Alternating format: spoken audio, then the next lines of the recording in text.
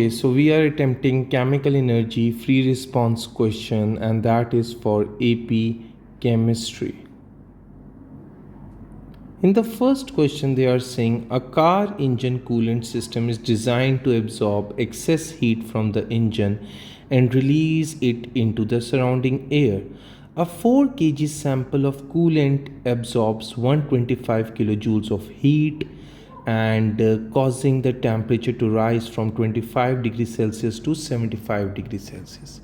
So they asked write the equation used to calculate heat transfer. So the equation is going to be Q is equal to mc delta T. Determine the specific heat capacity of the coolant. How we are going to do that? How we are going to find out the specific heat capacity of the coolant? So we are going to use this formula. C is equal to Q by m delta T. Q here is going to be 125 and it is in kilojoules, and we have to convert it into joules by multiplying with 1000. So it is going to be 1000 divided by, we have mass. How much is going to be the mass there? It is in kg, and we have to convert it into grams by multiplying with 1000. So it's going to be 4000 grams, and times with the delta T, and delta T is going to be 75 minus 25. So that comes out to be 0.625, and the units are joules per gram per degree Celsius. Explain why different substances have different specific heat capacities. So the answer is going to be that different substances have unique atomic and molecular structures. So as we know that different substances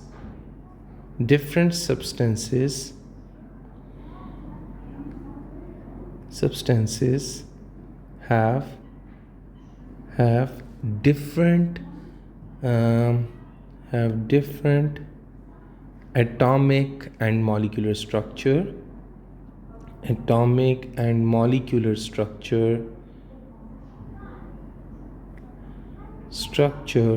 So that is why what is going to happen, they are going to have leading to variation in, that leads to variation in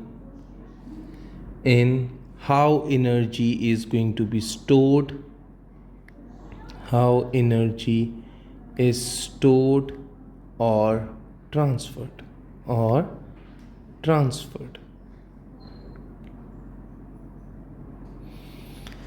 So then, if the engine were cooled with water instead, would the temperature change be greater or smaller? So this was having the heat capacity of how much? 0.624, and water has the heat capacity of 4.18 joules per gram per degree Celsius. So what is going to happen if you are using water? Then the temperature change would be smaller. Remember about one thing: specific heat capacity and temperature change, they are inversely related. Okay, they are inversely related. So you are going to see a higher specific heat capacity, that is of water. A higher specific heat capacity of water means a smaller temperature change.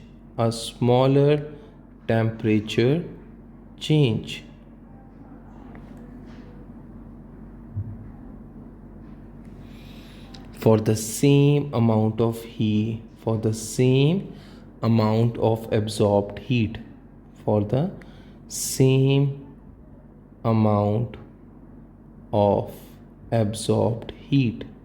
So you are going to have greater specific heat. That means you have to give it more temperature to raise its temperature by 1 degree Celsius. So we have to give it even more heat to raise the temperature of that substance. So next question is, a student placed 25 grams of ice at 0 degrees Celsius into an insulated container. Okay, and the ice melts completely. The molar enthalpy of fusion of water is 6.01 kilojoules per mole. Now they are saying we have to calculate the amount of heat absorbed. So first of all, the heat absorbed when you are given with the enthalpy of fusion. Fusion is what? The heat required for melting. So if it is going to be, let's say it's delta HF, and heat absorbed is going to be mole times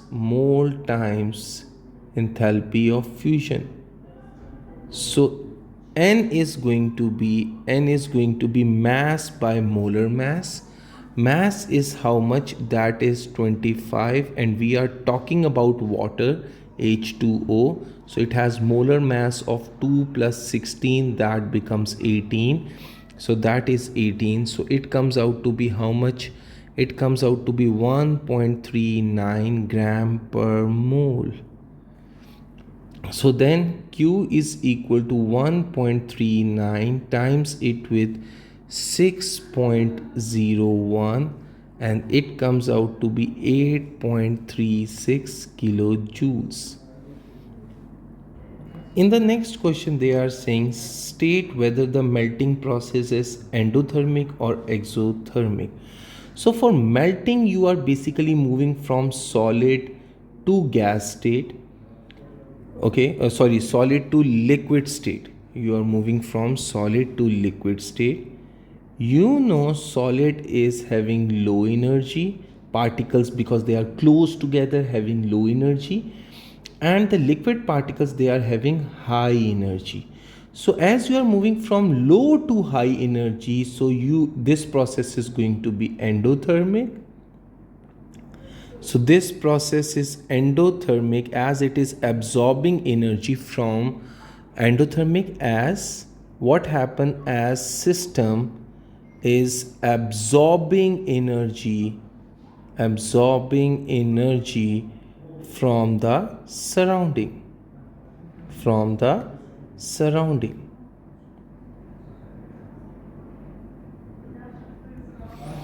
During melting, the temperature of water remains at 0 degrees Celsius. Explain why the temperature does not change even heat is being absorbed. So you are going to see if this is solid and it reaches the melting point, and then it becomes liquid, and then it reaches the vaporizing point. So it is solid here and it is melting here. This is melting point, and this is going to be boiling point, and this is liquid here. So you are going to see at melting point, what they are saying, that temperature remains constant. Why it remains constant? Because the added energy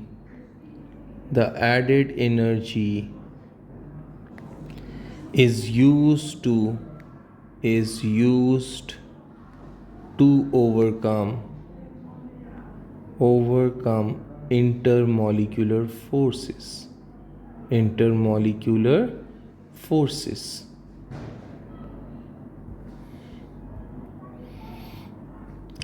Okay, so now we have a next question in which they are saying that you are going to see, state whether the process is endothermic or exothermic. Explain your answer using the relative energies of reactant and product.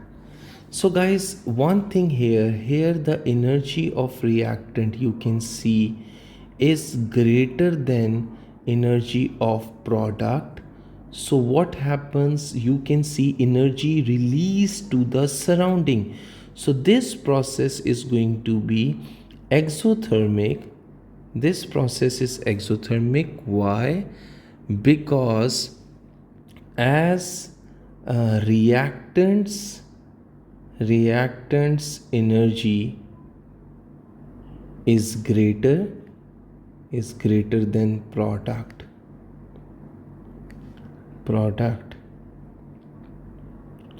and system is releasing energy to surrounding.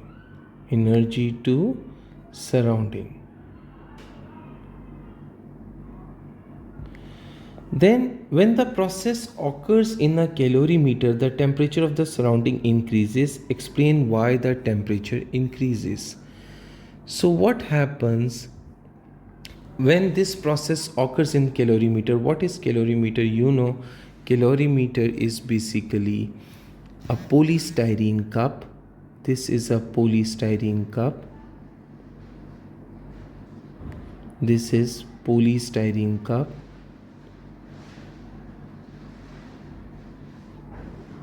That is insulated. That is why it is made up of polystyrene, so the energy doesn't release to the surrounding. So what happens, they are saying, when the process occurs in calorimeter, the temperature of surrounding increases. Why? Because energy flows from system to the surrounding. Energy flow from system to the surrounding.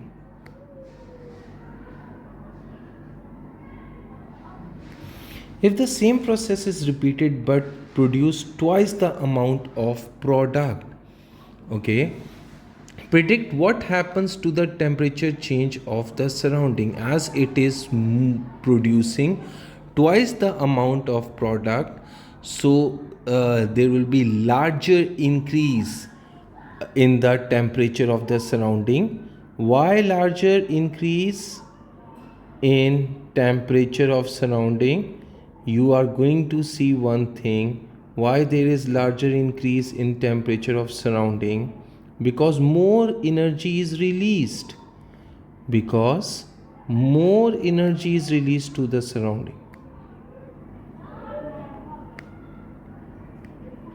is released to the surrounding.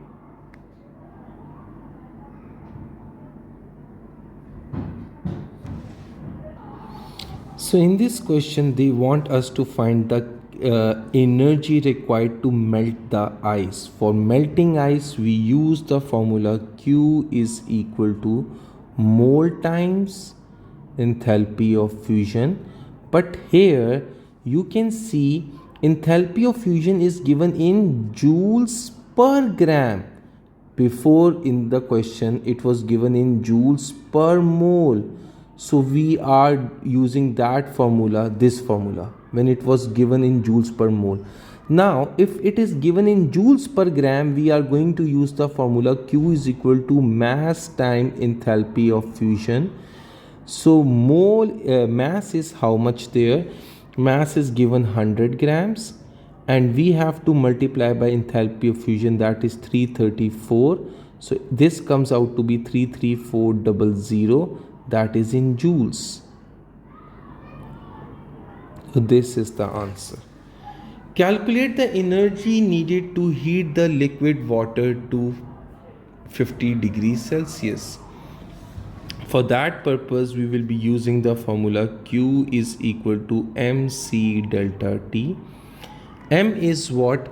M is 100 grams, and C is what? That is in the specific heat capacity of water, that is 4.18. And how much temperature change would be there, because it has been heated to 50 degrees Celsius and initially it was at 0 degrees Celsius.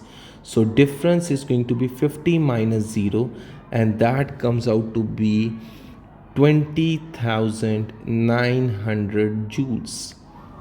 Explain why the temperature remains constant during the phase change. We have done this question previously as well, because here energy is used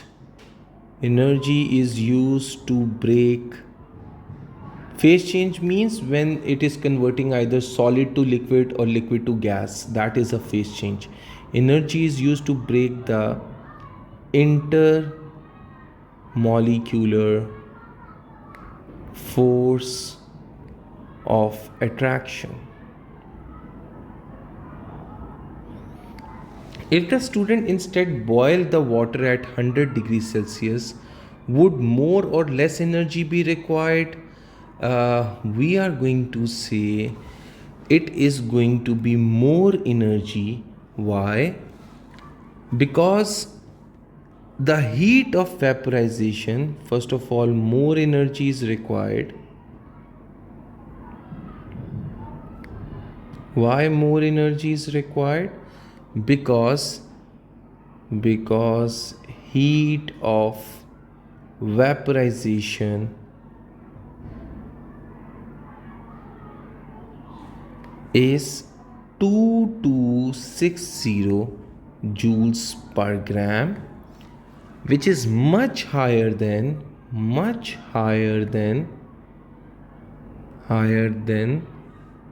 heat of fusion, which is for the melting heat of fusion, and heat of fusion is only 334 joules per gram. Okay. So in the next question they are saying a 300 gram block of iron at 120 degrees Celsius is placed into 500 gram of water at 25 degrees Celsius. The specific heat capacity of iron is 0.449 joules per gram per degree Celsius, and the specific heat capacity of water is 4.18.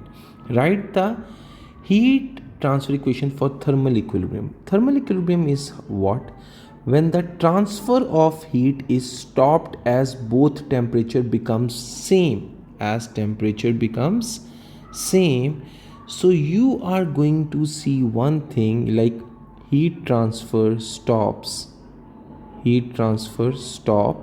at this point when there is no temperature difference is 0. So we have to write the equation for thermal equilibrium. It is going to be mass of iron times mc delta T, that is for Q. Okay, so that becomes mass of iron times specific heat capacity of iron and delta T for iron is equal to mass of water times specific heat capacity of water times delta T of water. Calculate the final temperature of the system when thermal equilibrium is reached. So how can we find that? We are going to put the values and then we can find the values. Like for example, we know we are given with mass of iron, that is how much? 300 grams. Specific heat capacity of iron, that is 0.449, and then initial temperature of iron is how much? Its initial temperature of iron is how much? That is 120 degrees Celsius. And then we have mass of water, that is given, which is 500 gram. Then we have specific heat capacity of water, that is given, and that is 4.18, and initial temperature of water, that is how much? That is 25 degrees Celsius. Now we need to find out the final temperature for them, and what we are going to do, let's do it here by using this data. I'm just putting this value in this equation, and for that I'm going to find the value.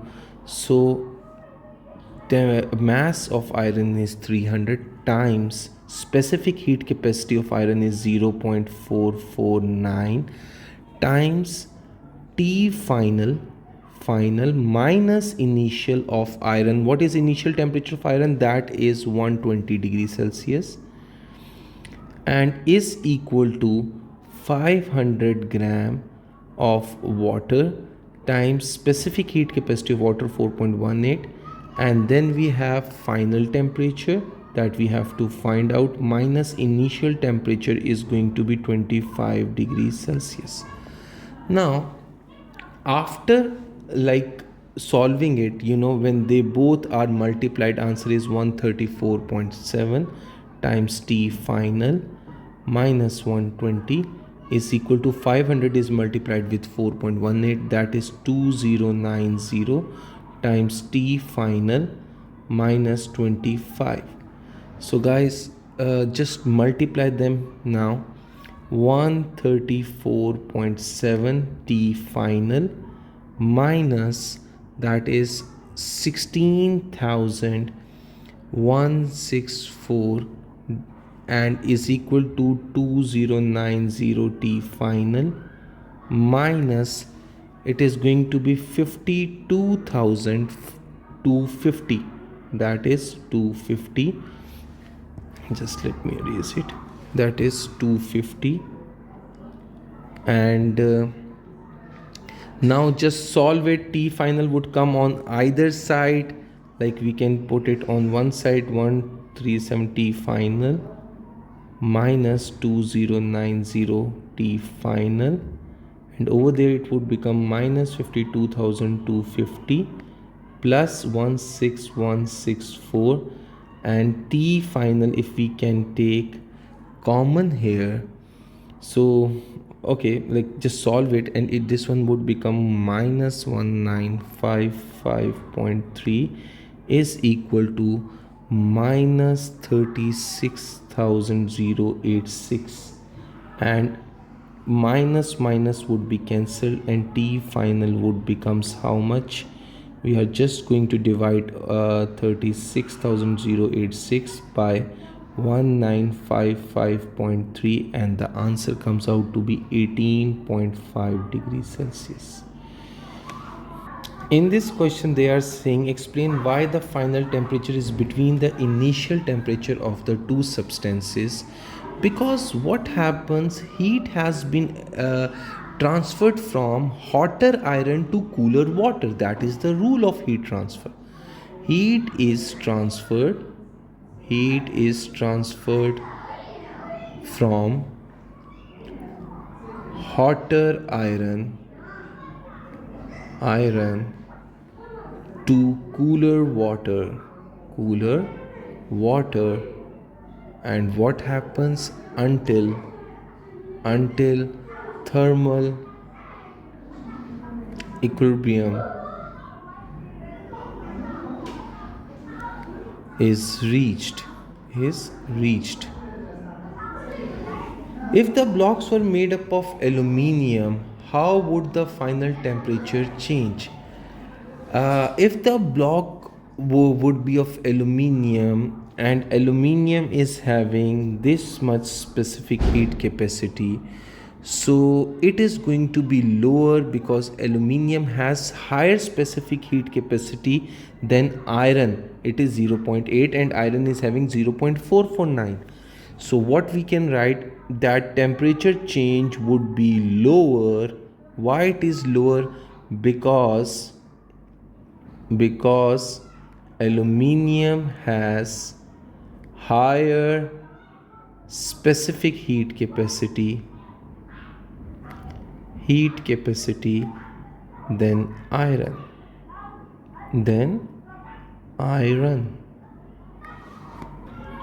In the next question they are saying a student investigates how energy changes during the dissolution of different salt in water. The student dissolves ammonium chloride in 100 milliliter of water and observes a temperature decrease. So when he is trying to dissolve ammonium chloride in 100 milliliter of water, temperature decrease. That means the process is going to be endothermic. Why it's endothermic? Because the temperature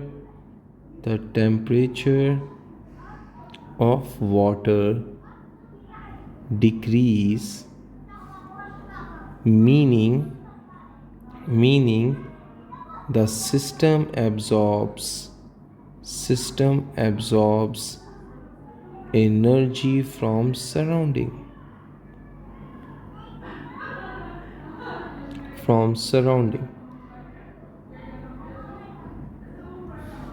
And in the next question, they are saying a student then dissolve calcium chloride in another beaker of water and observe a temperature increase. So explain whether this dissolution is endothermic or exothermic. So if the temperature increase, then it's going to be exothermic, and we can say because the temperature of water increases,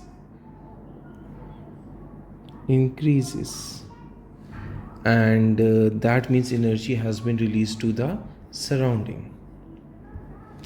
Next is not the part, so let's move further. So there is a question, next one. First of all, they are saying write the balanced chemical equation including state symbol that represent the dissolution of solid KCl in water. So when KCl in solid state, as it is an ionic compound, when it is dissolved in water, so it is going to form K positive aqueous plus Cl minus in aqueous form. Okay, first we must need to know this thing that KCl in solid state, first it is going to be converted into gaseous ions, and this process is enthalpy of lattice, and then after this they have been put in aqueous form, so they would be surrounded by aqueous plus chloride aqueous. So this is enthalpy of lattice and this is enthalpy of hydration. Guys, remember one thing, enthalpy of lattice absorbs energy in order to breaking bond, so it is endo, and hydration is going to be exo, as it is releasing energy to the surrounding. Now let's move further. Is the dissolution of KCl endothermic? As I have told you, as the bonds have been broken, so this process is endothermic. Why it's endothermic? Because temperature of water decreased.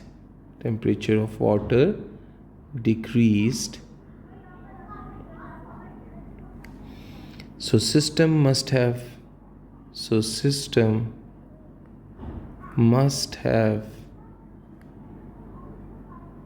absorbed heat from surrounding.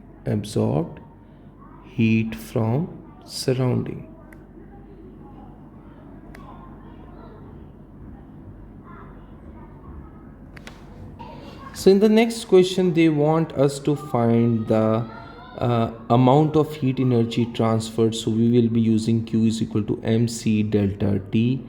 Mass is how much? That is 100 grams. And specific heat capacity, here what we are going to do, we are going to suppose like specific heat capacity of water will be used here, and that is 4.18, and the temperature change is how much? It's changing from this to this, so we need to write the difference of them. That is what? That is basically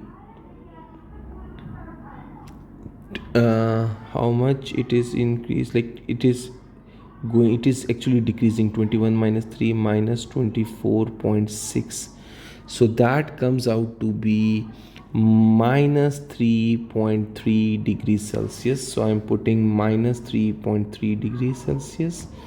So the answer comes out to be minus 1379.4 joules. And since the temperature decrease, so heat is absorbed by the system. Since the temperature decrease, so that means heat is absorbed by the system,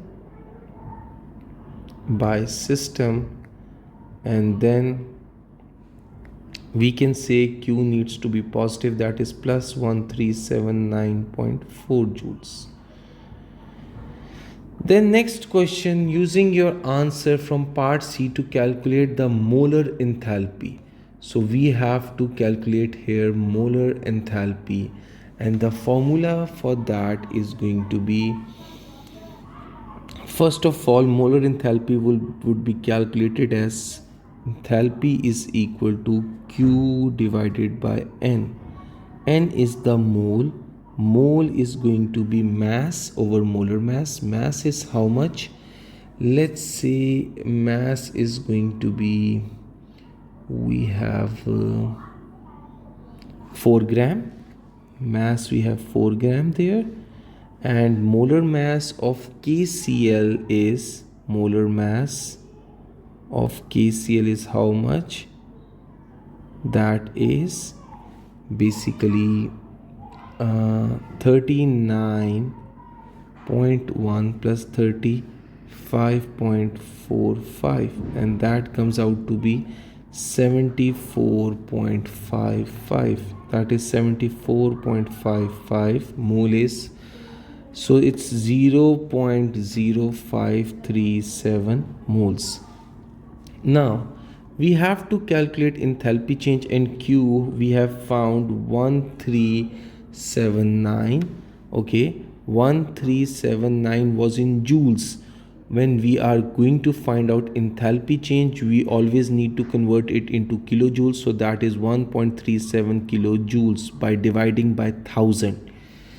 So it comes out to be 1.379 and divided by number of moles, that is 0.0537. So answer comes out to be positive 25.7 kilojoules per mole. This question we will not be doing, as we have not discussed entropy yet. So now we are going to this question. They are saying if the same amount of KCl will be dissolved in only 50 gram of water, would the temperature change of the solution be greater, smaller, or the same? So mass has been reduced to half. Before the mass was 100 gram and now it is 50 gram. Okay, so you can see for this question we can say Q is equal to 100. Let's suppose the value M is 100 and C is 1 for condition 1. If we want to find out delta T, okay, by putting the value MC delta T, and we want to find delta T which is equal to Q by MC, so that answer comes out to be 1. Okay, by putting the values we can like see 100 divided by mass is 100 times 1. These are the supposition values. Okay, so it is 1. But now if you know mass is getting half, M is 50 and C is equal to 1 there as well. So now by putting value you can see Q is equal to MC delta T. So Q is 100, M is 50 and specific heat capacity is 1. So delta T comes out to be 2. Here it was 1, here it was 2. So you can see if we are decreasing the mass, then delta T becomes twice. So we can write that greater, that it is, would the temperature change of the solution be greater? Yes, it would be greater because the same amount of energy is being transferred.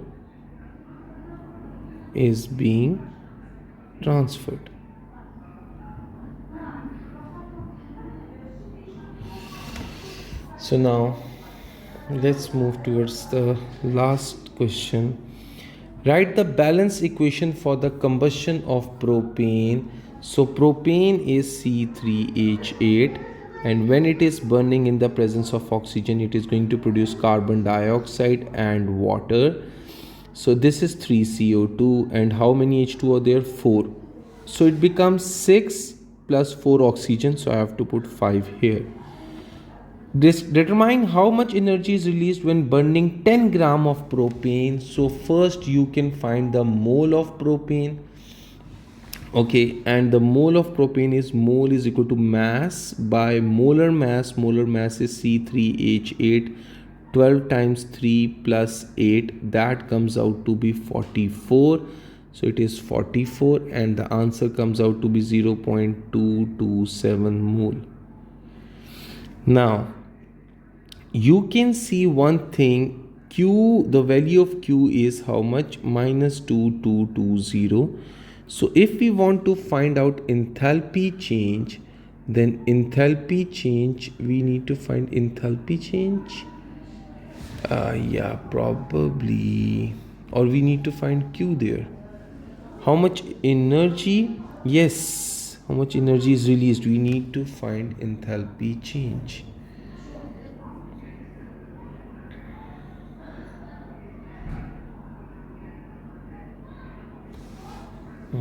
Just wait. Here is one thing, that we are given with only enthalpy. This is the enthalpy that is given to us, that is minus 220.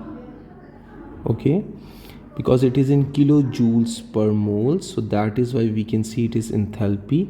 And we want to find the energy is released when burning 10 gram of propane. So we need to find what? We are going to find the value of q. Q here is going to be n times delta H. N is how much? N is the moles there, that is 0.227.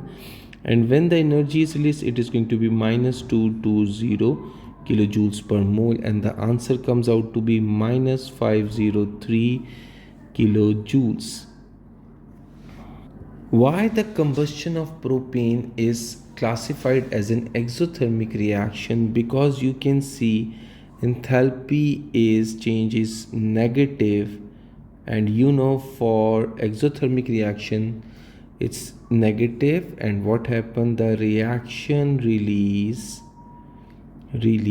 energy to surrounding.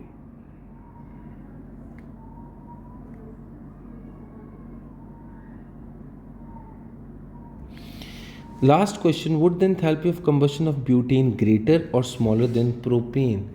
So one thing here, what we need to see, it is going to be greater than propane.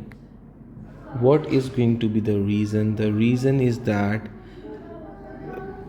as butane has more carbon hydrogen bond as compared to propane